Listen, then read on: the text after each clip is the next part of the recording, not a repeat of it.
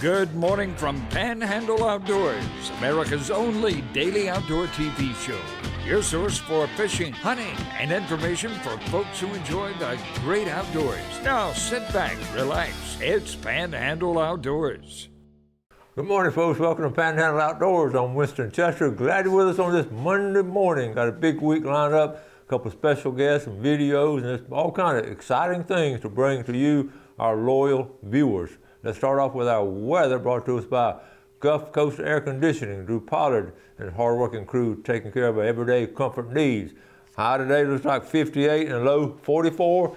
Water temperature remains around 58 at the end of the pier. Take a look at our moon, our Monday moon phase, always important. Here it is. Let's pull it up right here. I'm gonna have to pull it up. Okay, hold on. We're looking at this morning on February. We're already on February the 5th. We're starting a new moon. Well, we actually got a quarter of a moon, a sliver, and we're waning down. And we're going to have a new moon this Friday. Friday the 9th will be the 9th, and the full moon this month will be February the 24th. So that's good stuff right there. Now let's take a look at our tide chart. Like I said last Friday on the show, really strong tides this week, all week long. The low tide is going to be around 4:25 this morning, and the high tide at 5:25 this afternoon, an 11-hour run right there, so it's going to be really strong. But the wind now, they're calling it coming out of the north at 13 as we're all trying to dry out. That north wind will be cool, but it's going to be a sort of a seasonal week, it looks like. We'll talk more about what's going on the rest of the week, but today, the wind coming out of the north around 13. Let's take a break, we'll be right back.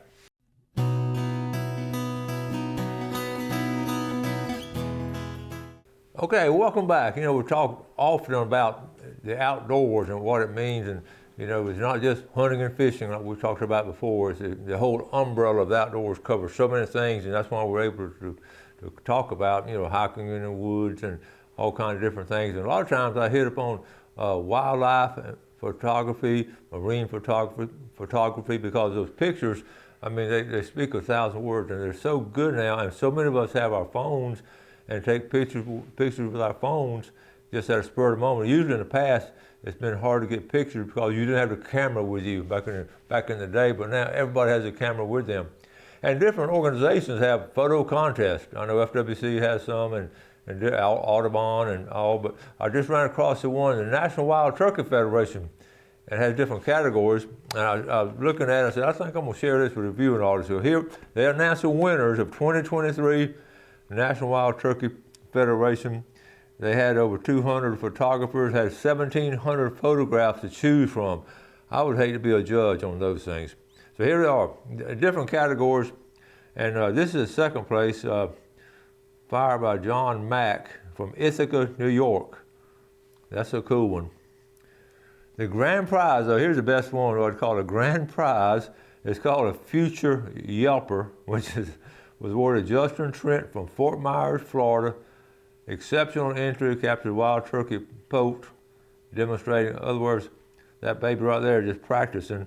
Look at that mouth. I mean, that's how they communicate. Won $1,000 with that. So we'll move through the other. Here's first place. We have grand prize in first place. That's a morning gobble. Okay. Second place, these are in the turkey category, fancy pants. That's a good picture there. Then third place in the turkeys. I love the background of the flowers, and that's really good. The contrast and the clarity. Then it went to the category of what's called live wildlife, and this comes out of Hill City, South Dakota, triple time. And you can see that is what a creature right there. I mean, what a majestic creature. And I just showed that one, so here we go. I really thought this was cool. A mallard coming in like they call it a mallard missile. Now, I mean, you couldn't pose that. That comes out of Muncie, Indiana. You just got to click away till you get that perfect. I mean, the lights and all, everything's perfect. And then it comes the landscape category. And here's up in Ithaca, New York. Same guy won this one, John Mack, up in Ithaca, New York. This comes out of Dillsboro, Pennsylvania. And I love this because it is so realistic as far as sitting on a log and you're sort of looking through that foggy morning and that sun coming up through the trees. Is that not beautiful? And I think make you think about outdoors.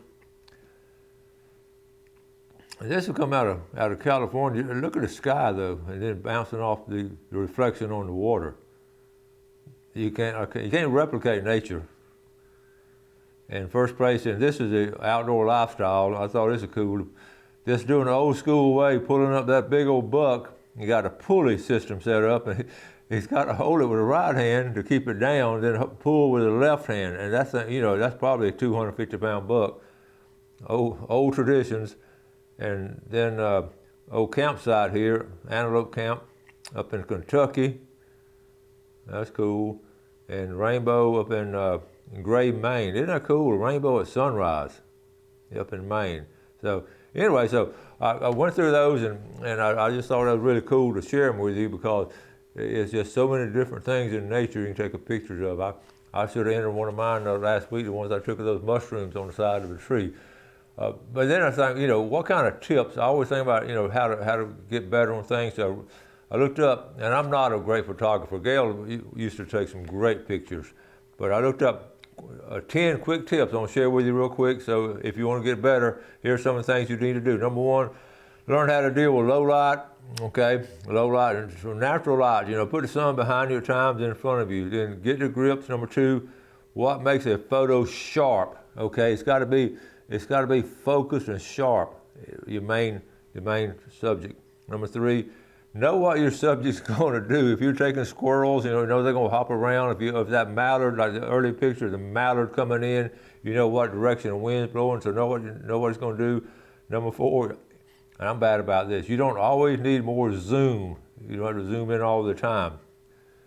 And develop your skills. In other words, they talk about this was interesting. Just get out there and practice, develop it. Number six, make good ethics at core. You don't want to do things unethical to get wildlife to do things you want them to do.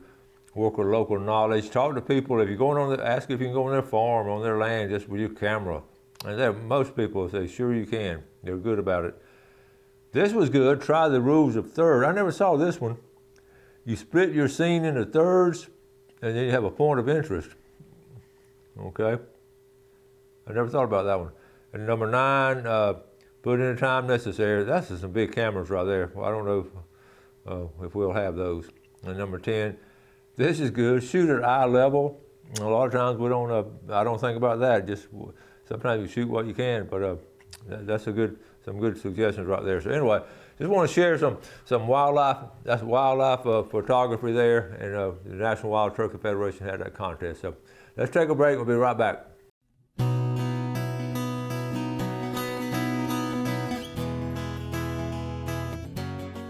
Okay, welcome back. All kinds of things to talk about. I don't always get to talk to all kinds of different people, but recently I have. This little picture right here, last Wednesday morning, I got to talk to the A-team with Area Payne and a group of entrepreneurs and businessmen and women here, and I had a great talk. Just talked about teamwork and doing things positive, and a great group of guys. And Area Payne, Ariel's been on the show before. Remember, one of the former students, she does that. She swam with the whales and all. Sweetheart and a hard-working young lady. She has a great work ethic. Before the next segment, here's what's funny about this came up. We talked about the wildlife, and then all the marine life we have around here. And I ran across this because, again, one of my former students posted a picture of her, one of her entrance into the marine life photo contest. And I started looking at it, very interesting. And the article was about things you probably never heard of. It's right here. 10 animals you probably never heard of from an annual photo contest. This is right here. In January of 24, this came out. So I'm going to go through these real quick because I never heard of them either. This is really a sea potato. But what they did, they put the name of the person who took the picture. So Kevin McCarthy took that picture, okay? That's a stalked tunicati with sea potato, okay? That's just interesting. And the next one is called a emperor helmet snail. And that's Karen Neely took that picture. Then this is a ruby brittle star. Now, isn't that a cool one though? I've never seen that. It's real. It's called a brittle star. It has a lot of color to it. Jennifer Ackerman, and then a blue-banded goby, Bruce. You see these around. Bruce Sudwick's in number 5. 10 tentacle anemone. I mean, it's got 10 tentacles, and the person took that one. Okay, then another. This is Paul Rosenbaum took this one, but the one I'm getting to right here, Rachel Rurik, Mosley Outdoor Education alumni. she works. This is the Atlantic guitarfish. She had her name put up, and it's national. It's a guitarfish, and I'm gonna zoom in on it. And she took the picture. She and her husband are good outdoors people, and they go out a lot. Rachel Hallman was her maiden name, from Lynn Haven. Rachel Hallman. Isn't that a great picture? You don't see these around. So congratulations, Rachel, and U.S. Fish and Wildlife. And then one lion's mane real quick, and a swimming crab. We see these down here in St. Joe Bay a lot. And then that last one I call a Heller's barracuda. So I just thought that was really cool. So anyway, let's jump into one of the things. Florida is unique in so many ways, and so many, going back in the past, we've always talked about the Florida panther, and I remember stories, and especially way back in the day, and then got about the only place you could find them in the Panhandle was Tate's Hell, and they were there for a long time. And now, over the years, they've disappeared. They're just not any panthers up here. And there's been all kind of sightings and all. Personally, I've just always felt close to the panther as far as preservation, because I remember as a kid, people talking about seeing them, and they were seeing them. And then when I get grown and everything, I didn't get to see one. So, and then the Tate's Hell stories, that's a unique area. But they got logged out, and then sort of lost the habitat, and they disappeared. But I have talked to people. I have them on tape on interviewing everything. And right now, all the places that FWC can document the panthers, and we've talked about it before, is right there in Southwest Florida. So I just ran across this last week. Little newspaper headline, sort of sad, right here. First endangered Florida panther death of 2024 reported this last week down in LaBelle. And I started looking, I said, well, I'm gonna see how many we have now. LaBelle is a small farming community, a lot of tomatoes down that area in Henry County. So I just started looking up, how many do we have now? And it's not that many. So here, let's right here, these are what they call, let me see. Look at these are the different areas. They don't have to count. It's less than 200, around 200. So in the blue color, that's the ones we lost from 72 to 94. Green, the red is from 2013, 2018. These are pretty old, but all these are mortality. Really, vehicles running over them. Look, they went all the way up here, close to Orlando on I-4. I thought that was so cool if they just had room to come on up here to back to Tate's Hell. So this is the number I found. They're between 120 to 230, and that's from Florida Fish and Wildlife, approximately. And they lost 4 in 1 week last year. And also this came from another source. I looked up 2 sources, just over 200, so that coincides. That's from the National Wildlife Federation. Okay, I showed that one. So this is what was funny. This is how many reported, all the colors of these reported. I saw a panther, I saw a panther. These are all the calls to FWC. The only ones they could verify are the color, the pink color, see verified panther reports and unverified. But I got tickled. Of course, the verified reports are down here where they actually saw them with camera. But look up here. I know I saw some, but I got tickled looking at Cape Sandblast. You see on Cape Sandblast, they're all over the place. And then up here, that's up here by my house. It's a little out of focus. There's 2 at my house. Honestly, I may have called that one in because I think I saw one. The only time I think I ever saw one was over here in the Choctawhatchee River. So anyway, I thought that was interesting, but they couldn't verify it. And now, with all the cameras we have now, it's probably, you can see them on camera now. And this is interesting. This is where the habitat is suitable for a panther. On that bottom chart right here, that color, the brightest color is where it's very suitable. So you see where they are right here. It's very suitable. You're swampy, protected, not a lot of traffic, not a lot of houses. And so, but look up here in northwest Florida, in the Florida Panhandle, the suitable area for panthers. And I wish, I don't know if they could do it, just get something started, but all along the coastline, all the way through there. Ocala National Forest, I was surprised, didn't have that much area, but this area right in here is excellent for it. The corridors, what you got to do is have a corridor, an area to bring them in like that, okay? So anyway, that's about 2 or 3 times a year, out of 260 shows a year, about 2 or 3 times I'll mention the Florida panther. It's special to Florida and very unique, and I hope we can save the panther any way we can. The biggest thing they'll talk about a corridor and making, when they build interstates, having animal paths, and you're seeing some of that now. If they get a corridor from southwest Florida up here to northwest Florida, that'd be cool. Have a panther corridor. Let's take a break, we'll be right back.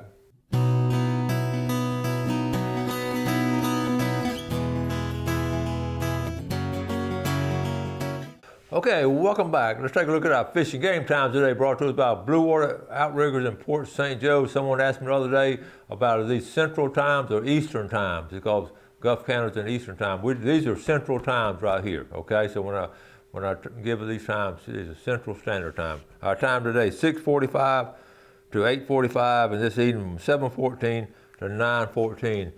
Planning the rest of the week, I'll share something exciting for me and also for outdoorsmen in the Florida Panhandle. I'm going to have the opportunity and the privilege tomorrow. We're going to Tallahassee, and I will be able to speak at the Governor's Club, which is a big deal. And I've just had some people invite me to come over, and I'm going to talk about promoting outdoor education in the school systems in all 67 of our districts.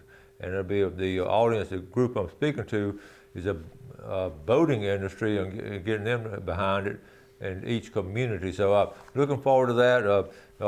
I haven't spoken to, I had 5th graders 2 weeks ago. Now I'm going to talk to some of these pretty strong, powerful people. But we all put our pants on the same way. I'm looking forward to it. They asked me to speak for 30 minutes, and I can do that, but I got to make it interesting. But I'm looking forward to it. I'll get some pictures and share with y'all, because I know y'all are interested in it too, because y'all have expressed over and over again the excitement about doing the outdoor classes in all of our districts. Okay, here we go.